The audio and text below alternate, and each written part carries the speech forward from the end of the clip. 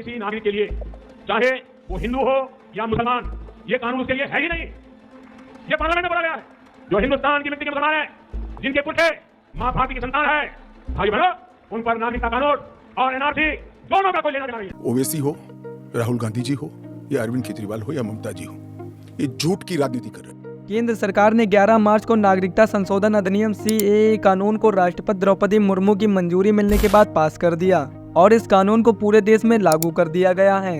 इस कानून के लागू होने से किसको नागरिकता दी जाएगी और किसको नहीं दी जाएगी, जानेंगे आज के इस वीडियो में। तो CAA से क्या बदल जाएगा, क्या मुस्लिमों को CAA से डरना चाहिए, क्या CAA मुस्लिमों की आज़ादी पर अंकुश लगा देगा, आखिर क्यों मुसलमान इससे नागरिकता नहीं हासिल कर सकते हैं, किन लोगों की इस कानून से नागरिकता छिन जाएगी, अगर किसी को इस कानून के तहत नागरिकता लेनी है तो उसका क्या प्रोसेस है, आखिर क्यों कुछ लोग इस कानून का समर्थन कर रहे हैं और कुछ लोग विरोध में हैं। सबसे पहले बात करते हैं आखिर क्या है CAA। CAA को हिंदी में नागरिकता संशोधन अधिनियम नाम से जाना जाता है। 2019 में बना एक ऐसा कानून जिसके तहत 31 दिसंबर 2014 से पहले जिन 3 पड़ोसी देश पाकिस्तान, अफगानिस्तान और बांग्लादेश से 6 धार्मिक अल्पसंख्यक लोग भारत आए, जिनमें हिंदू, बौद्ध, सिख, पारसी, जैन, ईसाई लोग शामिल हैं, इनको नागरिकता दे दी जाएगी, क्योंकि इस कानून का मानना है कि ये धर्म इन देशों में रह रहे बहुसंख्यक समुदाय से प्रताड़ित हुए हैं, जिससे उन्हें ये देश छोड़ना पड़ा और भारत में शरण लेनी पड़ी। और अब सबसे जरूरी सवाल, क्या इस कानून से भारतीय मुसलमानों को खतरा है या फिर यूं कहें इससे भारतीय मुसलमान की नागरिकता छिन जाएगी?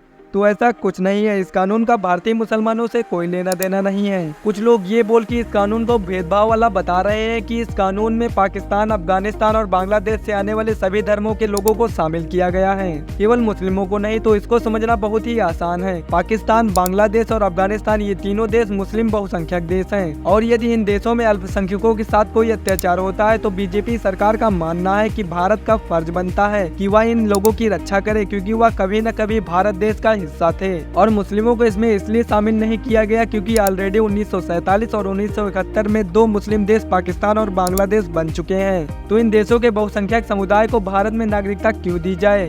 अगर हम सबको नागरिकता बांटते फिरेंगे तो भारत की आवाम का क्या होगा? CAA के लिए आवेदन कैसे करें?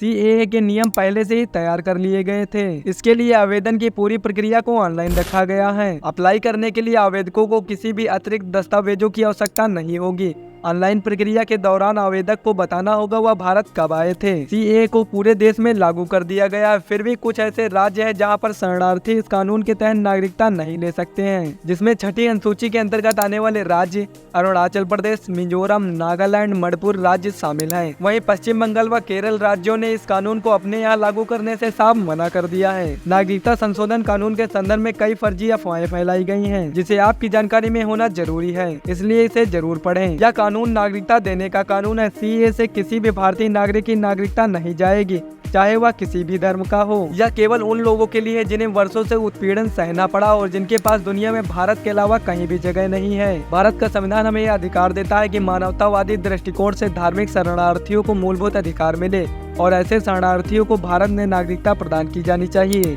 कोविड-19 के कारण इसे लागू करने में देरी हुई, लेकिन अब इसे लागू कर दिया गया है। यह कानून पड़ोसी देश के प्रताड़ित धार्मिक अल्पसंख्यकों के संरक्षण में बनाया गया है। आशा करता हूँ कि इस वीडियो से आपके डाउट क्लियर हो गए होंगे। आपसे मिलते हैं अगले वीडियो में, तब तक के लिए जय हिंद।